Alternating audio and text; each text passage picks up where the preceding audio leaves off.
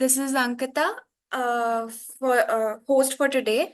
और आपको जैसे सबको पता है कि मंडेज एंड थर्सडेज हमारा मॉर्निंग न्यूट्रिशन का एक स्पेशल सेशन होता है regarding nutrition.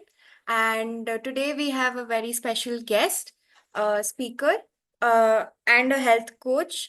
He is a renowned surgeon in Allahabad. We have Dr. Nalin Mishra, sir. I would like to invite you on this platform and enlighten us with your topic. Sir, please. Thank you Ankita and good morning everyone.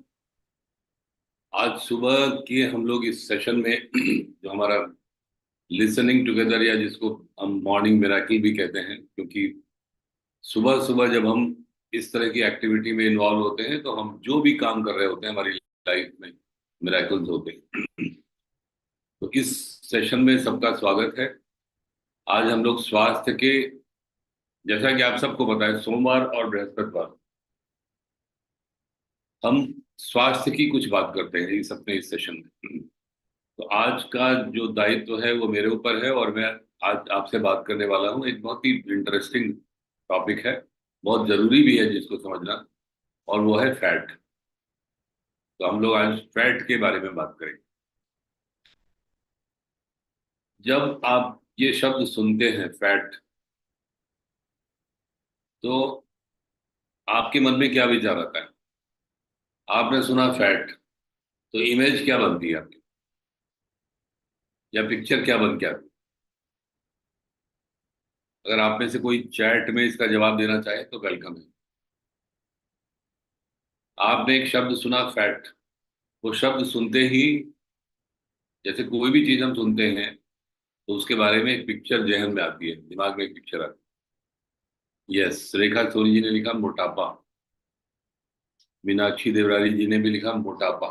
Yes, fat शब्द से तुरंत आता है कि बढ़ा हुआ पेट, थुल शरीर, गोल मटोल, और उसके साथ साथ दिमाग में आता है बीमारियां, बढ़ा हुआ वेट, हार्ट डिजीज, राइट, जो हम खा रहे हैं bad fat. Yes, so there are so many things जो आपके दिमाग में आती है, जो नॉर्मली फैट शब्द से जो दिखता है कि एक मोटा सा गोल मटोल सा व्यक्ति है, पेट उसका खूब बाहर निकला हुआ है, हर जगह से फैट लटक रहा है, और तुरंत ये ख्याल आता है कि अगर इस तरह का शरीर होगा तो फिर कभी ना कभी हार्ट डिजीज होने वाली है, बीमारियां, हार्ट अटैक होने वाला है। तो बिल्कुल सही है पिक्चर है। तो आज हम लोग इस फैट के बारे में बात करेंगे। और फैट हमारे पोषण का एक बहुत ही महत्वपूर्ण हिस्सा है, और इसीलिए उसके बारे में जानना जरूरी है। क्योंकि फैट को लेकर बहुत सारे हमारे दिमाग में गलत फहमियां हैं। जैसे सबसे इंपॉर्टेंट बात तो ये कि फैट इज बैड, फैट एक बुरी चीज है और उससे बचना चाहिए, क्योंकि वो बीमारियां पैदा करती है। इस तरह का अगर ख्याल होगा तो हम शायद अपने स्वास्थ्य को अच्छा नहीं बना पाएंगे। तो सब इसीलिए बहुत इंपॉर्टेंट है कि फैट के बारे में समझें, जानें उसके बारे में। फैट को समझना क्यों जरूरी है? जिससे कि एक वो जो डर है, आप, मैंने बहुत सारे लोग को देखा है कि कुछ भी खाना आया तो इसमें फैट बहुत है, इसमें तेल ज्यादा है, इसमें, अरे इसमें तो फैट है। तो इतना भी डरने की जरूरत नहीं है फैट से, है? आज मेरी आपसे जो टॉक है उसका पर्पज ये कि जो डर है ये खत्म होना चाहिए। क्यों खत्म होना चाहिए? कि फैट जो है बहुत ही एसेंशियल पार्ट है हमारे न्यूट्रिशन, वो हमारे भोजन में होना ही चाहिए। तो अगर हम उससे डरते रहेंगे तो किसी भी तरह का फैट जो हमारे भोजन में होगा, हम उससे बचने का प्रयास करेंगे, जो कि स्वास्थ्य के लिए अच्छा नहीं।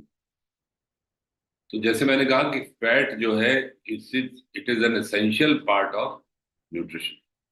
ऐसा क्यों है? क्योंकि एक वो, it is an excellent source of energy. Fat जो है एक्सेलेंट सोर्स ऑफ एनर्जी है। और दूसरी बात यह है कि हमारे शरीर में जो भी एनर्जी स्टोर्ड होती है वो फैट के रूप में होती है। स्टोर्ड एनर्जी का क्या काम है? कई बार कुछ ऐसी परिस्थितियां हो सकती हैं जहां पर हमको कई दिनों तक बिना भोजन के रहना पड़े। उस समय जो एनर्जी की रिक्वायरमेंट है वो कहाँ से पूरी होगी? वो ये जो हमारे शरीर में स्टोर्ड फैट है, इससे पूरी होगी। और एनर्जी हमारे शरीर में कार्बोहाइड्रेट के रूप में नहीं स्टोर्ड होती, it is always stored in the form of fat. चाहे वो एनर्जी कार्बोहाइड्रेट से आई हो, चाहे वो प्रोटीन से आई हो, लेकिन जब वो स्टोर्ड होगी तो that will be converted into fat. दूसरी बात क्या है कि फैट के बहुत सारे फंक्शंस हैं हमारे शरीर में। अगर हमारे डाइट में फैट कम होगा या फैट नहीं होगा, बिल्कुल all together fat free diet होगी, तो वो जो शरीर के बॉडी के जो फंक्शंस हैं वो कैसे होंगे, इसलिए उसके बारे में जानना जरूरी है। तो चलिए अब देखते हैं कि फैट होता क्या है। एक वर्ड आपने सुना होगा, लिपिड। लिपिड जो है साइंटिफिक टर्म है for fat. Simple, lipid is a scientific term of fat. साधारण बोलचाल की भाषा में उसको फैट बोलते हैं। जब आप विज्ञान की भाषा में बात करेंगे तो उसको आप लिपिड बोलते हैं। और जैसे हम लोगों ने देखा, प्रोटीन अमीनो एसिड से मिलकर बना होता है, उसी तरह फैट फैटी एसिड से मिलकर बना होता है। तो फैट की जो यूनिट है वो है फैटी एसिड्स। सो और जो बॉडी में जो फैट होता है, जो जो फैट स्टोर्ड होता है, वो कहाँ पर स्टोर्ड होता है? फैट सेल्स में। फैट सेल्स होती है हमारे शरीर में जिनके अंदर ये लिपिड जाके स्टोर्ड होता है। और ऐसे टिश्यूज को, जहां पर फैट ज्यादा होता है, या फैट का जो टिश्यू हमारे शरीर में होता है, उसके लिए टर्म है एडिपोज टिश्यू। तो अभी तक की बातचीत से क्या निकल के आया? फैट को समझने की जरूरत है, उससे डरने की जरूरत नहीं है। समझने की जरूरत क्यों है? क्योंकि एसेंशियल है, एक अच्छा सोर्स ऑफ एनर्जी है, और हमारे शरीर में ढेर सारे काम करते हैं। तो चलिए बातें हैं, फैट होता क्या है और वो काम क्या करता है। फैट्स की बात करें तो जैसे कार्बोहाइड्रेट सिंपल होते हैं, कॉम्प्लेक्स होते हैं, उसी तरह फैट भी सिंपल होता है और कॉम्प्लेक्स होता है। और कुछ फैट ऐसा होता है जो डिराइव्ड होता है, जो हमारा शरीर बनाता है डिफरेंट फंक्शंस के लिए। तो हमारे लिए जो आज इम्पोर्टेंट, जो हमारे विषय का जो हिस्सा है, वो है dietary fat. And dietary fat is simple. Complex fat हमारे काम का नहीं है। स्टोर्ड फैट हमारे काम का, मतलब आज की टॉक का विषय नहीं है, क्योंकि वो डाइट से रिलेटेड नहीं, हमारे भोजन से रिलेटेड। हमारे भोजन से रिलेटेड जितने भी फैट है, दे आर सिंपल फैट्स। और सिंपल फैट्स दो तरह के होते हैं। वैक्सेस, वैक्सेस मतलब मोम। कुछ वैक्सेस होते हैं शरीर में, वो सिंपल फैट है। और ट्राइग्लिसराइड्स होते हैं। ट्राइग्लिसराइड का दो पार्ट है, ग्लिसरॉल एंड फैटी एसिड। और फैटी एसिड को फिर हम डिवाइड करते हैं तीन भाग में: saturated fatty acid and unsaturated fatty. और अनसैचुरेटेड फैटी एसिड दो तरह का होता है: मोनो अनसैचुरेटेड फैटी एसिड, और दूसरा poly unsaturated fatty acid. MUFA and PUFA, आप ये इन शब्दों का अक्सर देखते होंगे, कहीं ना कहीं इसका प्रयोग हो रहा है। तो MUFA is mono unsaturated fatty acid and PUFA is poly unsaturated fatty acid.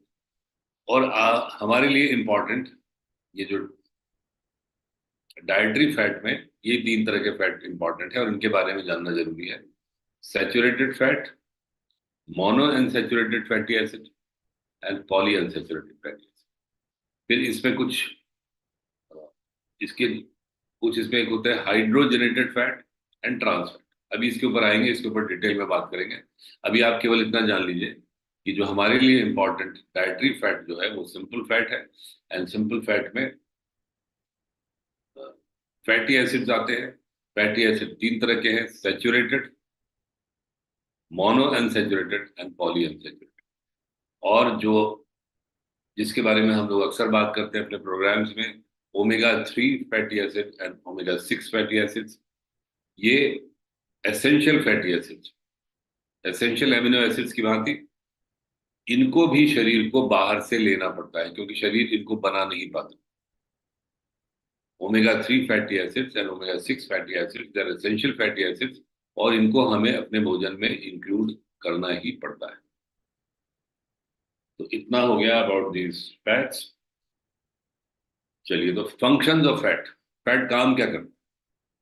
हमारे शरीर में दो तरह का फैट होता है, दिखाई पड़ने वाला और नहीं दिखाई पड़ता। ऐसा फैट जो दिखता है शरीर, जो दिखता है वो कहाँ होता है? स्किन के नीचे। जो हमारी स्किन है उसके नीचे होता है सबक्यूटेनियस फैट। और जो हम नहीं दिखता है हमारे शरीर में वो कहाँ होता है? वो जो हमारे शरीर के इंटरनल ऑर्गन हैं उनके बीच बीच में ऐसे टक्ड इन होता है। जैसे आप कोई पैक करते हैं ना, कोई मान लीजिए कोई फ्रेजाइल आइटम है, जैसे कोई क्रॉकरी है, कोई ग्लास का कोई है, तो उसको आप रखते हैं और बीच में उसमें पैडिंग कर देते हैं। तो उसी तरह से हमारे जो इंटरनल ऑर्गन है उनको प्रोटेक्ट करने के लिए, उनकी कुशनिंग के लिए हमारे शरीर में फैट होता है जो हमको दिखाई नहीं पड़ता, जिसको इनविजिबल फैट कहते हैं, या विसरल फैट भी उसको कहा जाता है। पेट के, when we talk about invisible fat inside the abdomen, this is visceral fat. Heart के चारों तरफ भी फैट होता है, लंग्स के चारों तरफ भी फैट होता है, किडनीज के चारों तरफ भी फैट होता है। जितने भी हमारे वाइटल ऑर्गन हैं उनकी कुशनिंग के लिए, उनको प्रोटेक्ट करने के लिए इनविजिबल फैट होता है। तो जो विजिबल फैट है उसका क्या फंक्शन है? विजिबल फैट का जो सबसे इंपॉर्टेंट फंक्शन है कि वो स्किन को, हमारे शरीर में जो स्किन है जो पूरे बॉडी को कवर करती है उसकी कुशनिंग करता है। अगर सबक्यूटेनियस फैट नहीं होगा तो स्किन कहाँ पर जाके रेस्ट करेगी, किसके ऊपर उसका बेस बनेगा? और अगर बनेगा भी तो वो अजीब सा दिखेगा। इसीलिए जो सबक्यूटेनियस फैट, जो विजिबल फैट है, वो हमारे शरीर को शेप देने का भी काम करता है। जो हमारे बॉडी के कहते हैं ना फिगर, जो आपकी फिगर होती है उसको बनाने में सबक्यूटेनियस फैट काम करता है। दूसरे, ये बहुत इंपॉर्टेंट काम करता है सबक्यूटेनियस फैट, जो हमारी बॉडी का टेम्परेचर रेगुलेशन। बहुत कोल्ड जब वेदर होता है तो सबक्यूटेनियस फैट हमारे शरीर की जो हीट है, जो गर्मी है, उसको कंजर्व करता है, उसको बाहर नहीं निकलने देता। और बाहर की जो ठंडक है उसका प्रभाव हमारे शरीर पर नहीं पड़ता। तो इसीलिए इसको कहते हैं, हमारे नेचर ने हमारे शरीर को एक ब्लैंकेट कवर दिया हुआ, जो हमको अधिक गर्मी और अधिक सर्दी से बचाता है, हमारे शरीर को सुरक्षित रखता है with this kind of heat. और आपने देखा होगा बहुत ठंड में महिलाओं को, लेडीज को, वो कपड़े, वो बिल्कुल वुलन नहीं पहनती हैं, स्पेशली पार्टीज में, देखा है ना आप? तो ऐसा क्यों होता है? ऐसा इसलिए होता है कि women are provided extra subcutaneous fat. उनके शरीर में सबक्यूटेनियस फैट एक्स्ट्रा होता है, जो, और उनका ब्लैंकेट स्ट्रांग होता है एज कंपेयर टू जेंट्स। पुरुषों का ब्लैंकेट कमजोर होता है, इसलिए उनको ठंड में बहुत सारे कपड़े अपने पहनने पड़ते हैं, बट महिलाएं रह सकती हैं कम कपड़ों में भी ठंड में। So it was about visible fat. Temperature regulation, giving shape to body, and skin के लिए एक बेस बनाता है जहां पर स्किन रेस्ट कर सकती है। ये तो विजिबल फैट का काम है। इनविजिबल फैट क्या करता है? इनविजिबल फैट के बहुत ही इंपॉर्टेंट फंक्शन है। जो भी हमारे शरीर के अंग हैं वो टिश्यूज से बने हैं, टिश्यू सेल से बनी है, ये सब आप जानते हैं। सेल मेम्ब्रेन जो होती है उसके अंदर 3 लेयर होती है। हर सेल की जो मेम्ब्रेन, यानी जो उसकी कवरिंग है बाहर की, या उसको कहें सेल की जो स्किन होती है ना, वो 3 लेयर में होती है। बाहर की दोनों लेयर लिपिड की होती है, यानी फैट की होती है। बीच की लेयर प्रोटीन की होती है। नहीं, उल्टा है, अब मैं उल्टा बोल गया, सॉरी। बाहर की दोनों लेयर प्रोटीन की होती हैं और जो बीच वाली लेयर होती है वो लिपिड की होती है। तो जो इनविजिबल फैट है उसका मोस्ट इंपॉर्टेंट फंक्शन क्या है? कि वो हमारी सेल की जो हेल्थ है, सेल्यूलर हेल्थ को मेंटेन करता है। बिकॉज अगर वो मिडिल लेयर वाला फैट नहीं होगा तो जितने भी हमारे न्यूट्रिएंट्स हैं, जितने भी हॉर्मोन्स हैं, जितने भी बायोकेमिकल्स हैं जो फंक्शन करते हैं हमारे शरीर में, वो तभी करते हैं जब उनकी एंट्री सेल के अंदर होती है। और सेल के अंदर एंट्री कैसे होती है? Through this wall. तो अगर वॉल कमजोर होगी हमारे सेल की तो किसी भी तरह का न्यूट्रिएंट, किसी भी तरह का हार्मोन, बायोकेमिकल जो भी है, इनका एक्शन नहीं हो पाएगा शरीर, यानी हमारा शरीर किसी न किसी रूप से अस्वस्थ होगा या कमजोर होगा। दूसरा, अगर हम बात करें ब्रेन की, ब्रेन जो है वो एक ऐसा ऑर्गन है जिसका 60% ऑफ द ड्राई वेट का क्या मतलब है? जैसे हम लोगों ने अभी सुने होंगे डिफरेंट सेशंस में कि brain is 75% made of water. 75% जो ब्रेन है वो वाटर, उसके अंदर वाटर होता है। वाटर को अगर हटा दिया जाए तो जो भी सॉलिड बचा, ड्राई ड्राई वेट का 60% फैट होता है। अब आप सोचिए, तो ये जो इनविजिबल फैट है ये हमारे ब्रेन के लिए बहुत आवश्यक है। और ब्रेन से जो नर्व्स निकलती हैं उनकी एक शीथ होती है जिसको हम कहते हैं माइलिन शीथ। नसें निकल रही हैं, नसों के ऊपर कवरिंग है, उस कवरिंग के लिए भी फैट जरूरी है। सो ब्रेन के लिए फैट जरूरी है, ब्रेन से जो नसें नर्व्स निकलती हैं उनके लिए फैट जरूरी है। और उसके अलावा ढेर सारे हमारे शरीर में बायोकेमिकल्स बनते हैं, जैसे हॉर्मोन्स, बहुत से हॉर्मोन्स हैं, उनके लिए फैट आवश्यक है। विटामिन डी बनाने के लिए फैट आवश्यक है। जो स्किन में सनलाइट की मौजूदगी में अगर फैट नहीं होगा तो विटामिन डी नहीं बनेगा। तो these are the functions of bile. Liver में बाइल बनता है जिसका काम है जो हम फैट खाते हैं उसको डाइजेस्ट करता है। बाइल को बनाने के लिए लिवर में फैट होना जरूरी है। एंड एक चीज आप लोगों ने सुनी होगी, कोलेस्ट्रॉल। कोलेस्ट्रॉल फैट नहीं है, लेकिन डिराइव्ड फैट है, यानी फैट की आवश्यकता पड़ती है कोलेस्ट्रॉल को बनाने में। और कोलेस्ट्रॉल, ये भी एक चीज यहाँ पर क्लियर करने की जरूरत है कि कोलेस्ट्रॉल भी बड़ी घबराने की जरूरत नहीं है। कोलेस्ट्रॉल का नाम सुन के ऐसा लगता है कि बस अब हार्ट अटैक आ जाएगा, ऐसा कुछ भी नहीं है। Cholesterol is an essential part of the body, और वो कहाँ बनता है? लिवर में बनता है।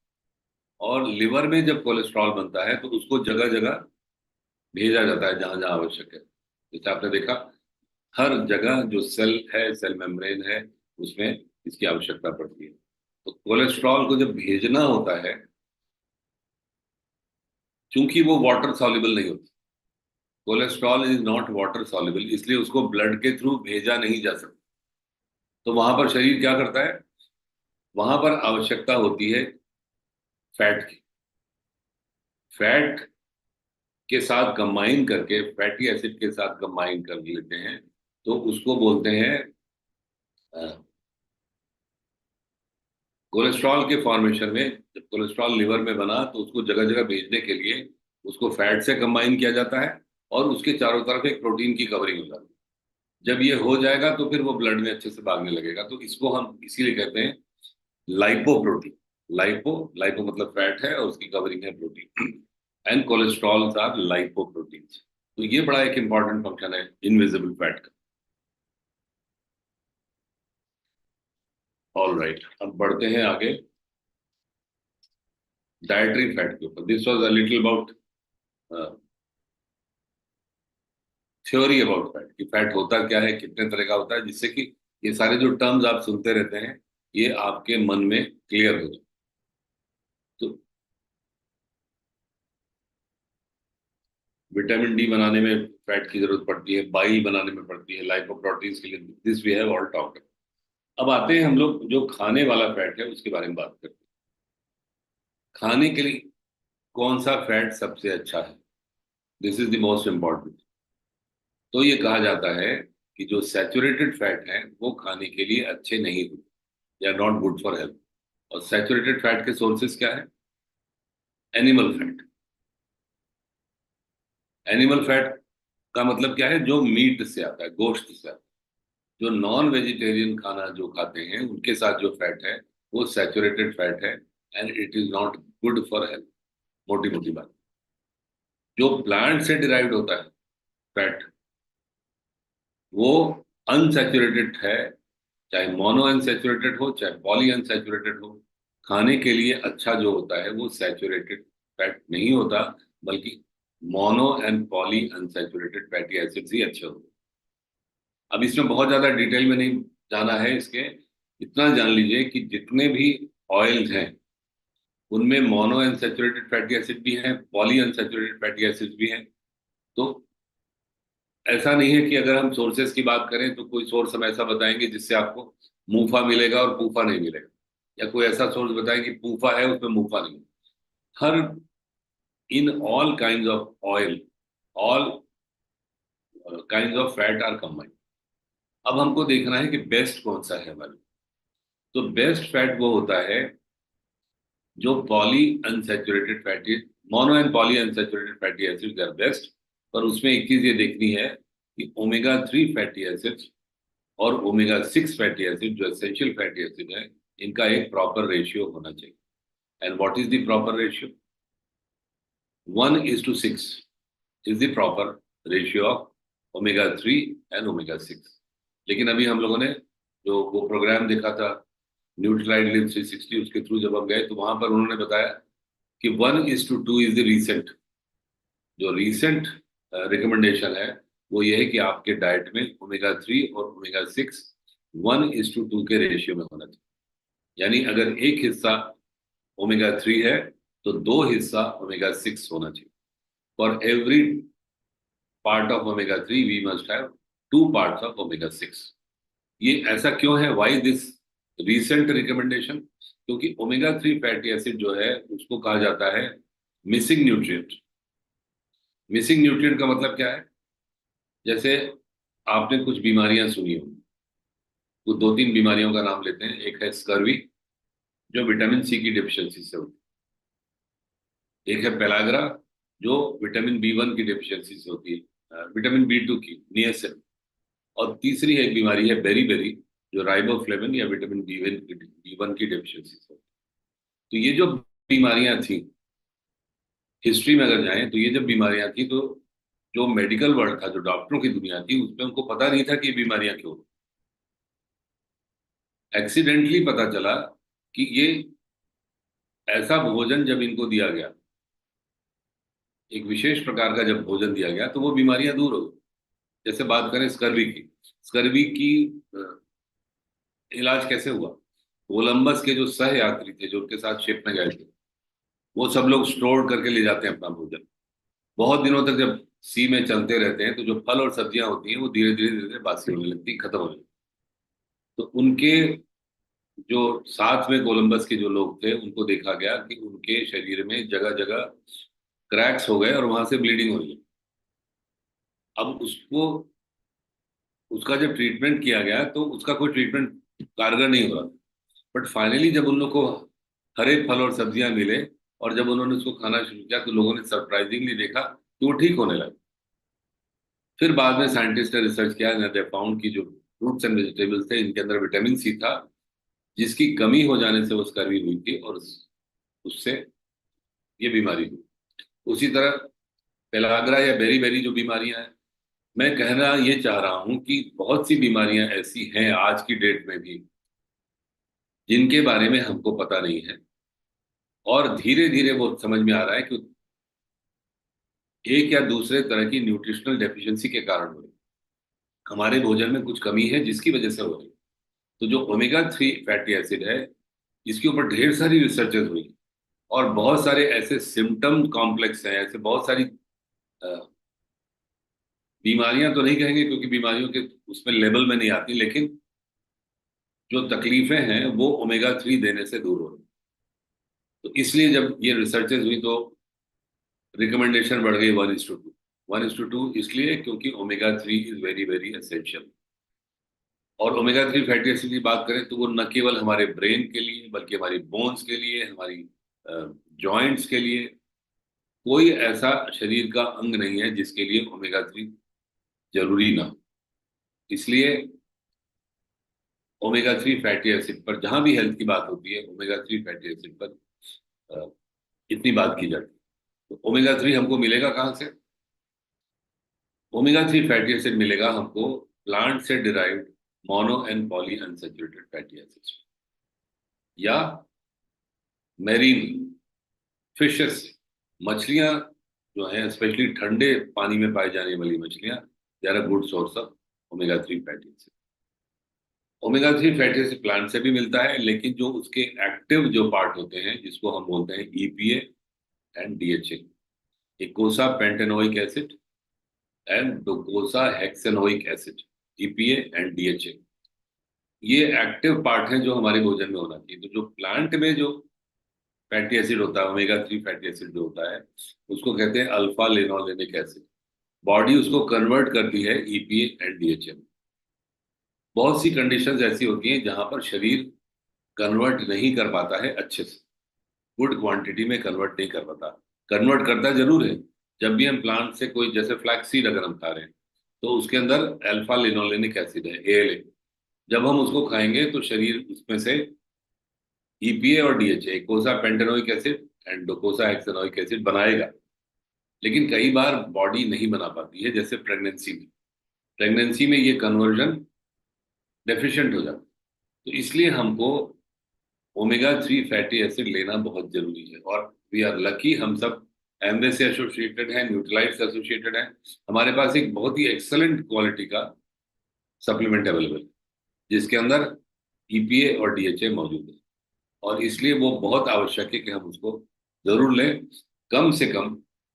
हालांकि उसमें रिकमेंडेड है कि एक कैप्सूल 3 बार, अगर 3 बार आप लेते हैं तो बहुत ही अच्छा है, लेकिन कम से कम 2 बार जरूर लेना चाहिए, एक कैप्सूल सुबह और एक कैप्सूल शाम।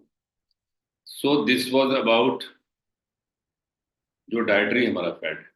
अब इसमें और भी बहुत सारी चीजें हैं। कुछ एक मैंने आपके लिए इंफॉर्मेशन कलेक्ट की है जिससे मैं बता सकूं कि जो कॉमन ऑयल्स हैं उनमें कितना सैचुरेटेड फैट है, कितना मोनो अनसैचुरेटेड, कितना poly unsaturated, so that you can decide कि हम कौन सा ऑयल यूज करें फॉर कुकिंग पर्पजेस। और एक और अच्छी पॉलिसी है कि ये जो ऑयल हम यूज करते हैं घर में, इनको रोटेट करते रहना है। मतलब एक ही तरह का ऑयल लगातार यूज नहीं करना चाहिए, इनको आप रोटेट करते रहें, जिससे कि ये जो different kind of fatty acids हैं उनका एक कॉम्बिनेशन बन सके। तो बात करते हैं, शुरू करते हैं सरसों के तेल से, मस्टर्ड ऑयल। मस्टर्ड ऑयल में जो मेन उसका जो कॉन्स्टिट्यूएंट है वो है मोनो अनसैचुरेटेड फैटी एसिड, मूफा। उसके अंदर 15% ओमेगा 6, 15% उसके अंदर ओमेगा 6 भी है, और 10% उसमें ओमेगा 3 भी है, एंड 5% सैचुरेटेड फैटी एसिड। आप चाहें तो इसको नोट कर सकते हैं। सरसों का तेल जो कि बहुत कॉमनली यूज होता है, सरसों के तेल में 70% is MUFA, 15% is omega 6, 10% is omega 3, and 5% is SFA, saturated fat. बात करें थोड़ी सी सोयाबीन ऑयल की। Soybean oil 55% omega 6, 5% omega 3, 25% MUFA and 15% saturated. मूंगफली के तेल की बात करें, पीनट ऑयल, 18% सैचुरेटेड फैट होता है, 55% मूंगफा है, 27% ओमेगा 6 है। और बहुत ही इंपॉर्टेंट है coconut oil. Coconut oil is 90% saturated fatty acid, but 8% उसमें मूंगफा होता है और 2% ओमेगा 6 भी होता है। कोकोनट ऑयल के ऊपर भी बड़ी स्टडीज है, and it has been found to be very helpful. जो बढ़ती हुई उम्र के साथ जो मेमोरी लॉस होता है, अल्जाइमर्स या डिमेंशिया, उसमें ये कहा गया है कि ऐसे लोग जो कुकिंग के लिए कोकोनट ऑयल का इस्तेमाल करते हैं, उनको अल्जाइमर्स या बढ़ती हुई उम्र के साथ भूलने की बीमारियां कम होती हैं। This has been found to be good. Oil एक ऐसा एरिया है जिसके ऊपर ढेर सारी रिसर्चेज हो रही हैं। और अब फाइनली आते हैं घी के ऊपर, desi ghee. Desi ghee is 70% saturated fatty acid, 28% mono unsaturated fatty acid and 2% polyunsaturated या ओमेगा 6। अच्छा, एक चीज और आपको यहां पर बता दें, जितना ज्यादा पॉली अनसैचुरेटेड फैट होगा उतना ही हेल्थ के लिए अच्छा होगा।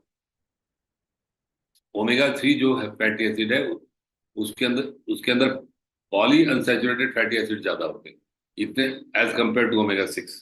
इसीलिए उसको ultra poly unsaturated fatty acid भी कहा जाता है। तो इन सब टर्म्स में आप उलझिएगा मत, बट आप ये समझ लीजिए कि जितना ज्यादा उसके अंदर पॉली अनसैचुरेटेड फैटी एसिड है उतना ही अच्छा है, और ओमेगा 3 इस मामले में बेहतर होता है। सो अच्छा, अब थोड़ी सी बात करते हैं हाइड्रोजनेटेड फैट की एंड ट्रांस फैटी एसिड। आप लोगों को याद होगा, अब तो नहीं अवेलेबल है, लेकिन बहुत साल पहले आता था रथ रथ वनस्पति या डालडा, जो कि नॉर्मल टेम्परेचर पर सॉलिड होता है। अच्छा, एक चीज और जान लीजिए कि ये जो अनसैचुरेटेड फैटी एसिड है ये नॉर्मल रूम टेम्परेचर पर दे आर लिक्विड, जो सैचुरेटेड फैटी एसिड होते हैं at room temperature they are solid. तो जो अनसैचुरेटेड फैटी एसिड है अगर हम उसको हाइड्रोजनेट करते हैं तो वो सॉलिड हो जाता है। तो वो जो वनस्पति तेल हुआ करता था, जो that used to be solid because of hydrogenation of these unsaturated fat, and hydrogenation is not good for health because वो सैचुरेट कर, जब एक्सेसिव हाइड्रोजनेशन होता है तो वो ट्रांस फैटी एसिड में कन्वर्ट होता है।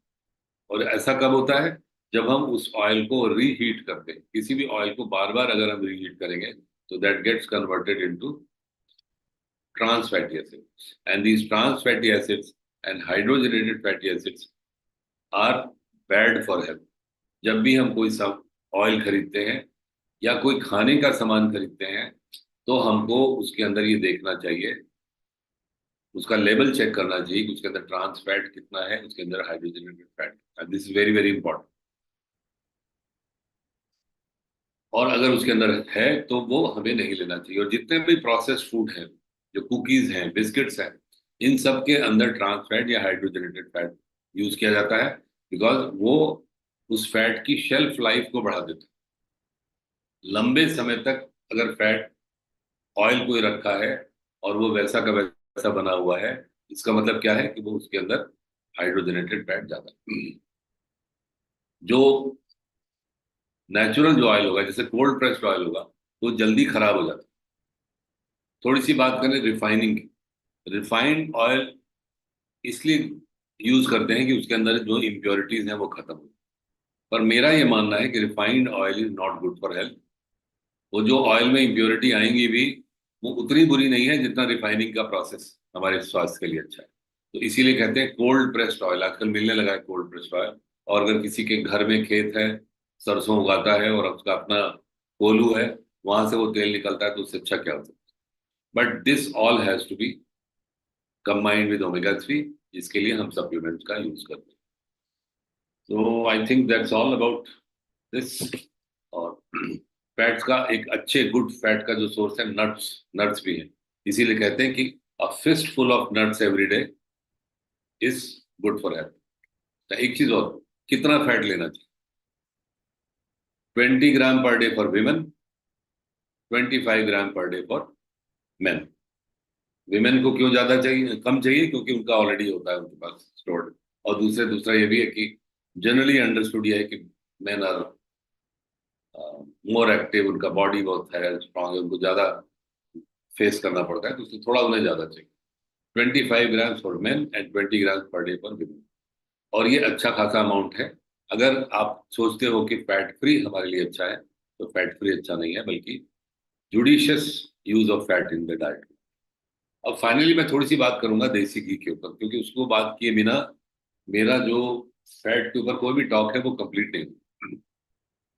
देखिए, अभी हम लोगों ने रिसेंटली न्यूट्राइड लिव 360 में सुना, बहुत सी ऐसी चीजें सुनी जो ट्रेडिशनली हमारे देश, इंडियन ट्रेडिशन में वो कुकिंग प्रैक्टिसेस, ईटिंग प्रैक्टिसेस थी, जिनको अब हार्वर्ड इंस्टीट्यूट ऑफ न्यूट्रिशन रिसर्च करके बता रहा है कि now they are being found to be very good. जैसे फॉर एग्जांपल, पत्तल में खाना, हाथ से खाना, बैठ के खाना, सुखासन में खाना, all these things have come from there कि ये अच्छा है। डेफिकेशन के लिए जब हम टॉयलेट में जाते हैं तो उसके लिए, अब देखिए पूरा वेस्टर्नाइजेशन हो चुका था इंडिया में।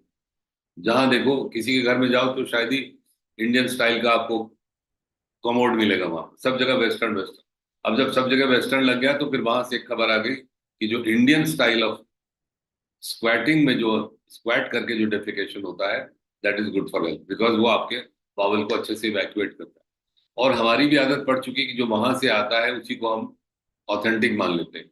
जो हमारी अपनी एज ओल्ड ट्रेडिशन है, जो हमारी अ, पूर्वजों की जो चीज है, उसको हम नहीं मानते, बिकॉज हमको लगता है कि जो वेस्ट से आएगा वही अच्छा है। तो जो देसी घी है उसके ऊपर रिसर्चेज अभी ज्यादा नहीं हो रही हैं। जो भी हो रही है इंडिया में हो रही है, लेकिन देसी चीज के बारे में, देसी घी के बारे में दो तीन चीजें जानना बहुत जरूरी है। हम सब लोगों ने अपनी दादी नानी को सुना होगा कि अरे भाई स्वस्थ रहना है तो घी खाओ ना। And over a period of time, जितना हमने वेस्ट से एजुकेशन ली, तो over a period of time ये हो गया कि भाई घी इज बैड। और घी देख के लोग डरने लगे, नहीं नहीं घी मुझे नहीं चाहिए, नहीं रोटी में घी लगा दो तो खाने नहीं खाएंगे, नहीं नहीं रोटी में घी नहीं चाहिए। बट मैं आपको बता रहा हूँ कि देसी घी, गाय का घी, अगर आपने घर में बनाया है अच्छे तरीके से। घर में बनाने का तरीका क्या होता है कि दूध को मिट्टी के बर्तन में लो हीट पर लंबे समय तक गर्म करें, जिससे वो दही बन जाए। और दही कैसा? बढ़िया, हल्का सा गुलाबी टिंज वाला दही। फिर उस दही को मथ के मक्खन निकाला जाए और उस मक्खन से घी बनाया जाए। तो this ghee is very very good for health, क्योंकि ये सैचुरेटेड फैट नहीं है, इसके अंदर शॉर्ट चेन फैटी एसिड होता है, एससीएफ है। शॉर्ट चेन फैटी एसिड आपने सुना होगा जब हम लोग फाइबर की बात कर रहे थे। प्रीबायोटिक प्रोबायोटिक के साथ मिलकर शॉर्ट चेन फैटी एसिड बनाता है, जिसका काम क्या है? जिसका काम है कि जो भोजन में आपने फैट लिए हैं उनको ब्रेक करना। Short chain fatty acid is used for breaking and burning and digesting and absorbing the fat. उसी तरह से जो देसी घी है उसके अंदर शॉर्ट चेन फैटी एसिड है, and it is a very good fat burner. Fat burner है घी। और घी किसी भी फूड के साथ जब कंबाइन किया जाता है, आपको याद होगा, मुझे तो अच्छे से याद है कि हमारी दादी को जब भी कुछ खाने को देना होता था तो एक रोटी निकाल के उसके ऊपर घी लगाती थी और उसके ऊपर गुड़ का पाउडर लपेट के वो देती थी, वो खाओ। अभी ज्यादा समय नहीं लगेगा जब ये हार्वर्ड से आएगा कि this is very good food. रोटी में लगा घी लगा हुआ और उसके ऊपर गुड़। ऐसा मैं क्यों कह रहा हूँ? क्योंकि घी की एक क्वालिटी है कि जिस चीज के भी साथ उसको कंबाइन करते हैं, उसका ग्लाइसीमिक इंडेक्स कम कर देता है। अगर आप रोटी में घी और चीनी लगा रहे हैं तो चीनी का ग्लाइसेमिक इंडेक्स कम हो जाएगा। तो घी इज गुड फॉर हेल्थ। बस ये है कि उसको मॉडरेशन में लेना होगा, किसी भी चीज की एक्सेस बुरी होती है। आप आप याद करें तो प्रेगनेंसी में जो लेडी होती है, वुमन होती है, उसको घी खिलाया जाता है। एज ओल्ड ट्रेडिशन है कि इनको घी खुद दो। उसके अंदर विजडम है, क्योंकि आज के साइंटिस्ट कह रहे हैं कि भाई इंडिया में जो ग्रैंड मास किचन था उसको आप अपनाओ अगर हेल्दी रहना। तो this was a little about देसी घी। अब ये, अगर आप इसको रिसर्चेज में ढूंढोगे तो शायद नहीं मिलेगा। अगर आप मॉडर्न न्यूट्रिशनिस्ट से बात करोगे तो वो कहेंगे भाई वो डॉक्टर साहब क्या बात कर रहे थे, ऐसा नहीं। बट ये मैं अपनी जो भी मेरी समझ है उससे मैं आपको बता रहा हूँ कि देसी घी अच्छे से बनाया हुआ अगर गाय के दूध का है तो वो, अगर आप अ, हमारा पुराना स्क्रिप्चर्स पढ़े, वेद शास्त्र पढ़े, तो घी